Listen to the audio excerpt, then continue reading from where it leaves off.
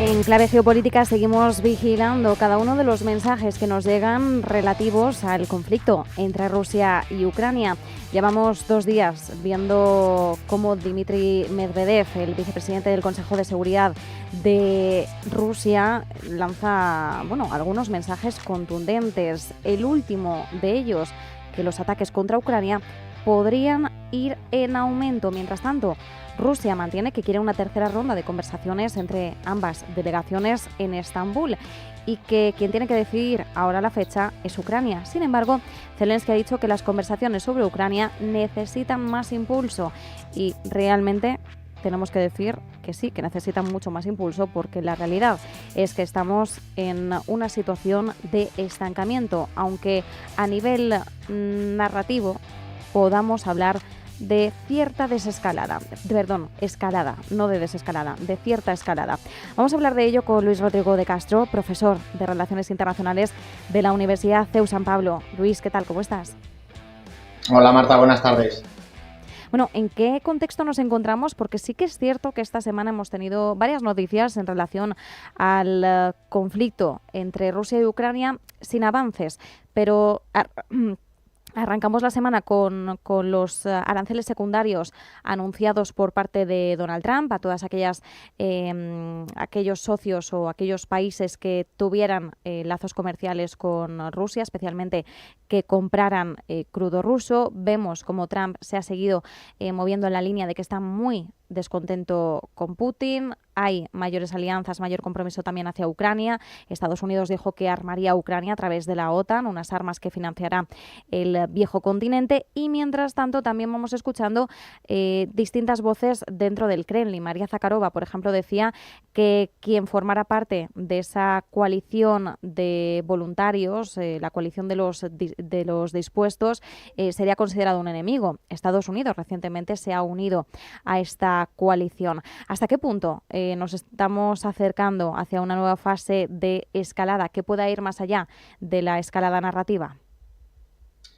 Bueno, pues mientras nos circunscribamos a lo que es la perspectiva económica, con ese tipo de sanciones, aranceles, es decir, todo esto que la Unión Europea lleva haciendo 3 años y medio de imponer sanciones a los bancos, a las aerolíneas, bueno, todo este tipo de, todos estos paquetes de sanciones económicas, diplomáticas, bueno, siempre que nos movamos en ese campo, yo creo que no supone una escalada mucho más grande de la que ya estábamos acostumbrados o de la que ya tenemos, ¿no? Por tanto, por esa parte, a Donald Trump le gustan mucho los aranceles, quizás se le acabe yendo todo esto de las manos porque ya no está hablando solo de aranceles a Rusia o de sanciones a Rusia, como ya decía que hemos planteado desde hace unos 3 años y medio.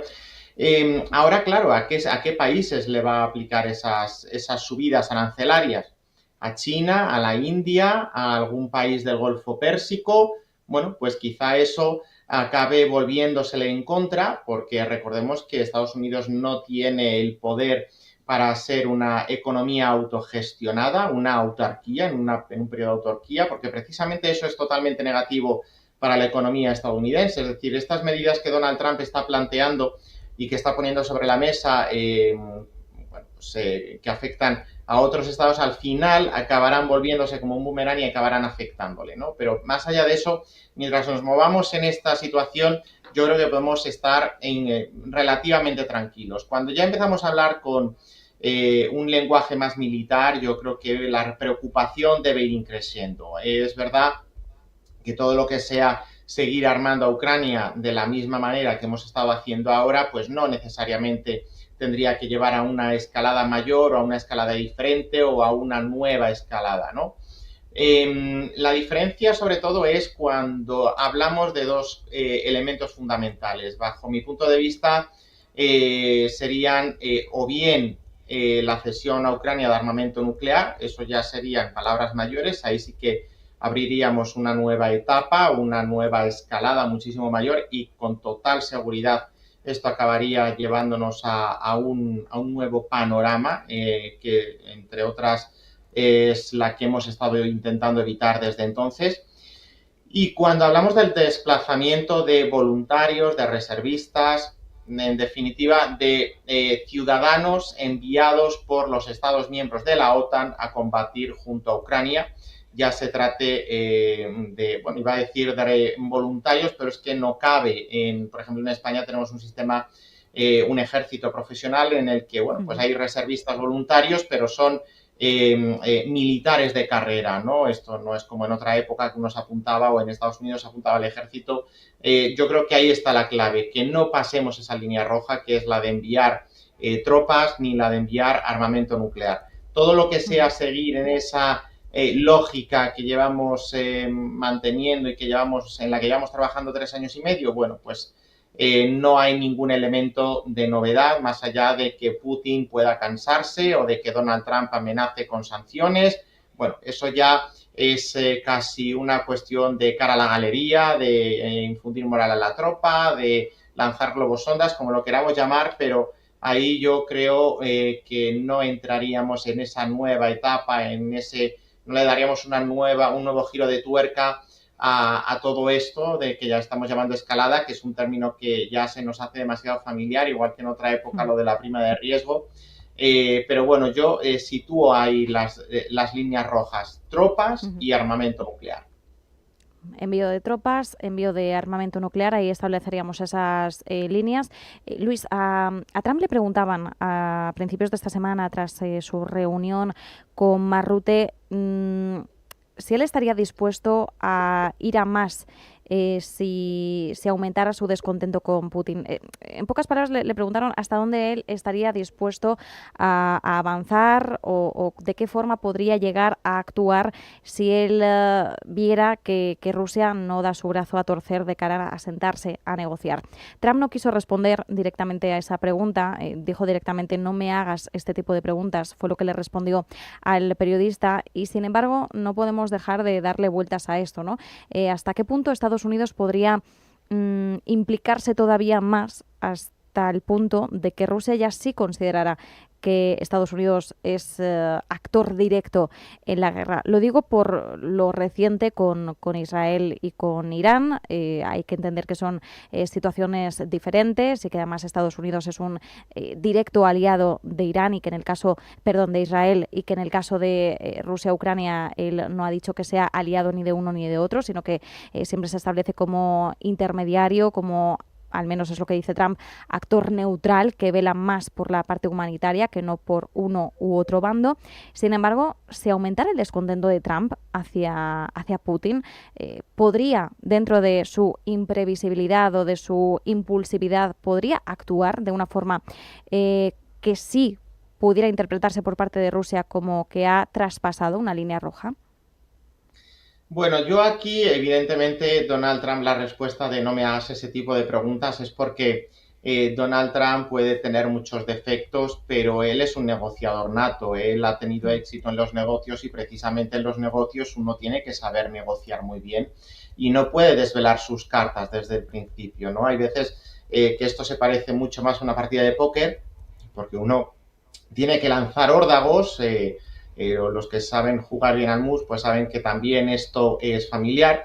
Pero bueno, hay que lanzar órdagos, hay que simular y disimular para no desvelar la totalidad del abanico de posibilidades que hay sobre la mesa, conseguir los objetivos y quizá, muchas veces ir de farol y sí que salga bien la jugada. Es verdad que, como tú bien decías, Donald Trump es imprevisible, pero una cosa es que él haga una serie de declaraciones, que publique un tuit, que publique cualquier cosa en Social Truth, pero hay otra dimensión que es esa que tiene lugar en la trastienda de la Casa Blanca, en la que no es solo el presidente, sino que hay un equipo de asesores, de miembros del gabinete, el secretario de Defensa, una línea, una cadena de gente experta que, pues calma, que puede dar su parecer. Yo creo que aquí Donald Trump también es un hombre que sabe que él tiene la última palabra, pero por la implicación que tiene, debe de tener en cuenta todas esas otras opiniones.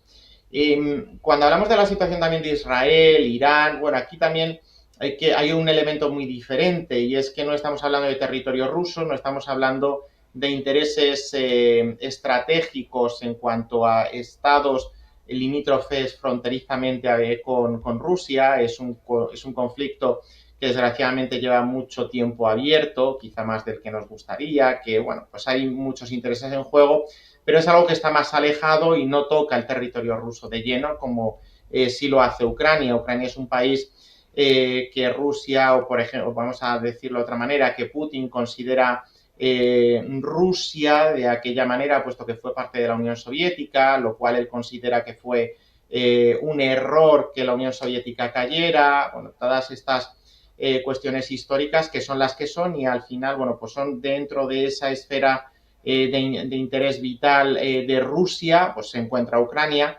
Yo es verdad que Donald Trump dijo que, y esto creo que hay que también ponerlo de manifiesto, él dijo que iba a forzar a Zelensky o a Ucrania a sentarse en la mesa, pero que en caso de que Putin no se aviniera a ello, daría un giro a la estrategia y armaría completamente a Ucrania. Esto lo dijo en campaña y es lo que parece que está haciendo después de ese buen rollo que tenía con Putin al principio parece que lleva mucho tiempo en el mandato, pero bueno, en este segundo son 6 meses. Esa primera mitad del mandato parece ser que iban por ahí los tiros, pero bueno, lo de los tiros quizá no es la expresión más correcta o más adecuada, pero Sí.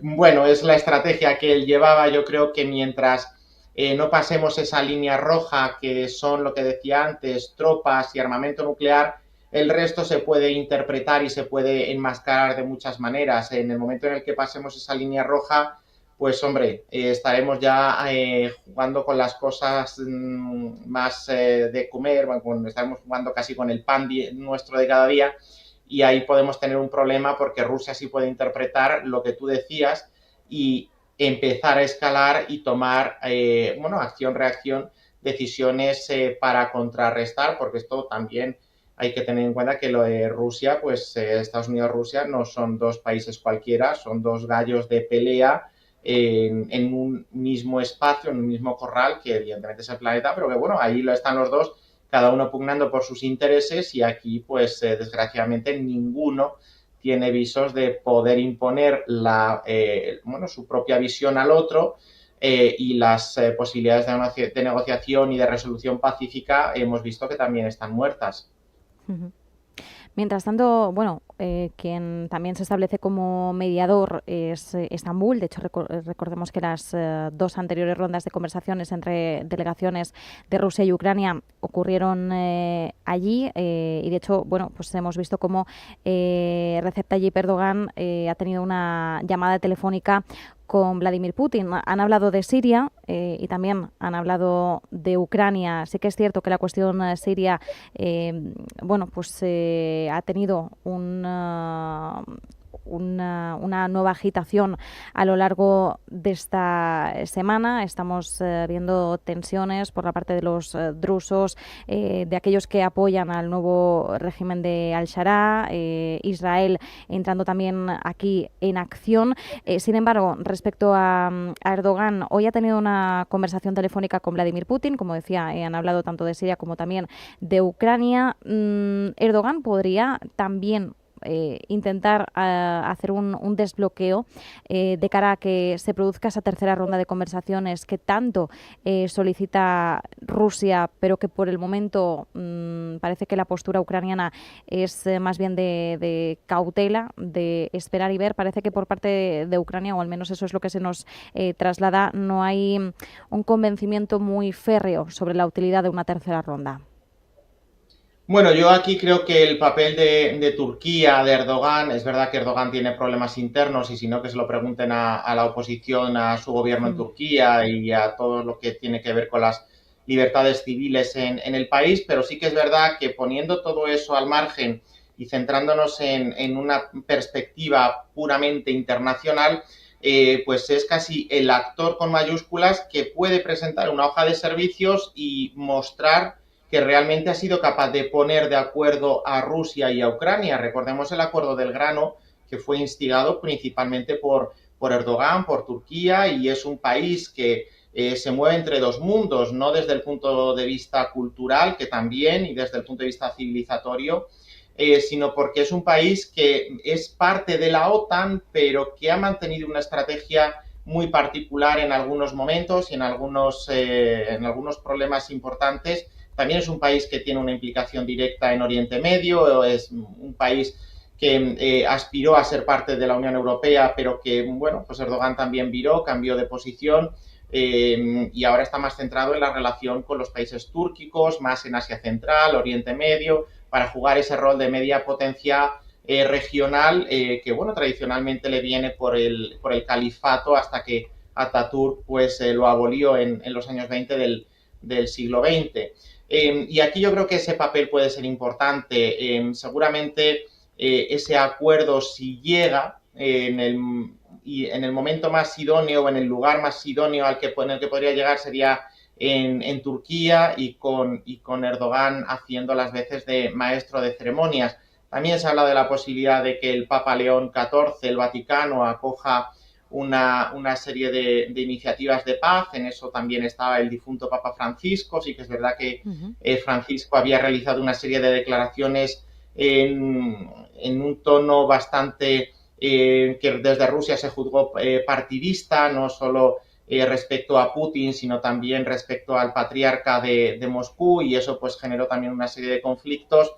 El Papa León tiene un perfil diferente, no cuenta con esas declaraciones, es un hombre pues que, bueno, es verdad que lleva poco y ahí está, ¿no? Pero, bueno, podría ser, ¿no? Yo creo que tendría más posibilidades Turquía, precisamente porque no el elemento cultural, el que sea Turquía un país islámico, pues también facilita las conversaciones entre ese posicionamiento que se ha producido hacia la iglesia autóctona ortodoxa ucraniana y el patriarcado de Moscú, que también ha generado conflictos, no solo el político, tenemos el religioso, el sociológico, el lingüístico, es una concatenación de conflictos, no solo este que decía. Pero bueno, yo creo que ahí Erdogan puede hacer las veces y conseguir quizá lo que no ha conseguido Donald Trump, aunque es verdad que Donald Trump lo ha intentado, pero bueno, ya hemos visto que no le ha servido para mucho e insisto, yo si en algún caso puedo tener esperanza, creo que esa atención merece ser la de Turquía y la de Erdogan, evidentemente, como decía, con todas esas cuestiones internas aparte. Bueno, pues mantenemos la mirada puesta en Turquía y en Erdogan, en la posibilidad de que se consiga avanzar o desbloquear la actual situación. Mientras tanto, hay algo que nos llamaba la atención y es el hecho de que Moscú ha hecho una propuesta para restablecer lazos de forma más directa con China e India, lo que en los años 90 surgió como el RIC, este eje que de alguna forma se ha ido desvaneciendo debido a las tensiones fronterizas entre el gigante asiático y la India. ¿Qué podría suponer este eje, sobre todo de cara a la hegemonía de Estados Unidos, Luis? Y por otro lado, se dice que Trump, Xi y Putin podrían verse en septiembre con motivo de la conmemoración a través de un desfile en China del 80 aniversario del final de la Segunda Guerra Mundial. En un momento en el que parece que se establecen o se renuevan esos lazos Rusia, China e India, ¿cómo tendríamos que ver también esa posible reunión entre Estados Unidos, Rusia y China? Bueno, esa relación entre Rusia, China e India no es ninguna novedad.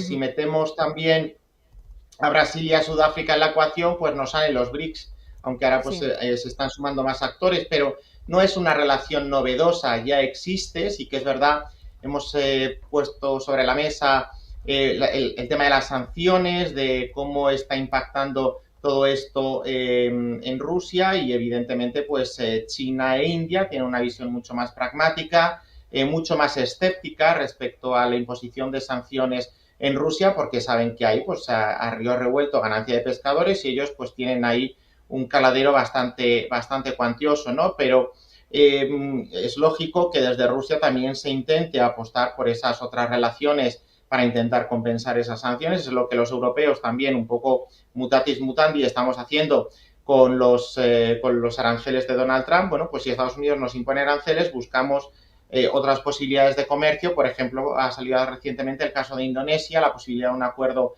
estrecho con el país. Bueno, pues ahí estamos, ¿no? Y eso es un movimiento lógico. Lo que sí tendría una nueva dimensión es que en ese encuentro que tú planteabas, Estados Unidos, Rusia, también se añadiera China. Y esto es significativo porque frente a ese mundo bipolar de los años 90 que acabó con el desmoronamiento de la Unión Soviética y el fin de la Guerra Fría, aquí seguirían teniendo relevancia esos dos actores que no se fueron. Ese mundo bipolar pues se quedó debilitado, pero que no se llegó a ir del todo. Sería una reconfiguración importante, como digo, porque ya no serían dos, sino que serían tres. Y sería una nueva muestra de que China pues no es ya solo una gran potencia económica, sino que también es una gran potencia diplomática, y es esa etapa en la que el régimen chino pues ha estado en los últimos años, con esa estrategia del collar de perlas, de la iniciativa de la Franja y la Ruta, la llamada nueva ruta de la seda. Bueno, es demostrar que ya no hay un mundo a dos, sino que hay un mundo a tres, aunque tampoco es un mundo a tres, porque hay otros actores que según en qué ámbito nos movamos, pues hay que incorporar a otros o no. Pues si hablamos de una cuestión en el Pacífico, pues igual tenemos también que incorporar a Australia o también a Japón. Si nos movemos más en el plano del llamado sur global, pues evidentemente aparte de China y la India, pues a los que son miembros de los BRIC, pero también por qué no a Argentina o por qué no a Nigeria en cuanto a potencial regional. Bueno, ahí sería la clave, ¿no? La foto que nos daría, cuidado, ya nos mostréis, la familia crece y China no solo ha llegado para quedarse en la economía, sino también en las relaciones internacionales. Es un nuevo actor y hay que tenerle en cuenta, y a partir de ahí pues seguro que Xi Jinping, bueno, está ese plan que propuso de 10 puntos para resolver el conflicto de Ucrania, que quedó un poco en papel mojado, pero ¿por qué no intentar, bueno, concebir un nuevo rol de mediación también? Hablábamos de Turquía, pero bueno, ¿por qué no China, no? Es un socio importante para Estados Unidos, sobre todo por el tema de la deuda, pero también es un no aliado, es un amigo de Rusia, porque es verdad que ha tenido sus más y sus menos. Aquí también pues son dos gallos de pelea también en el mismo espacio, China y Rusia. Bueno, lo que uno no gana, lo que uno gana, lo gana el otro. Pero bueno, ahí tendríamos esa figura de puente, porque también ha tenido buenas relaciones con Putin. Pues nos quedamos muy pendientes de esto, pero efectivamente, según cómo pongamos el foco, puede reconfigurarse el orden mundial con distintos jugadores. La cuestión es ver hasta qué punto la llamada hegemonía occidental o la hegemonía de Estados Unidos está pues ahora mismo más de capa caída o llegando a un final, aunque sea progresivo. Pero desde luego seguiremos hablando y analizándolo. Luis Rodrigo de Castro, profesor de Relaciones Internacionales de la Universidad CEU San Pablo, como siempre, muchísimas gracias. Que tengas un feliz fin de semana. Muchas gracias, igualmente. Un abrazo. Mensaje de Marga para sus jefes. Oye, chicos, que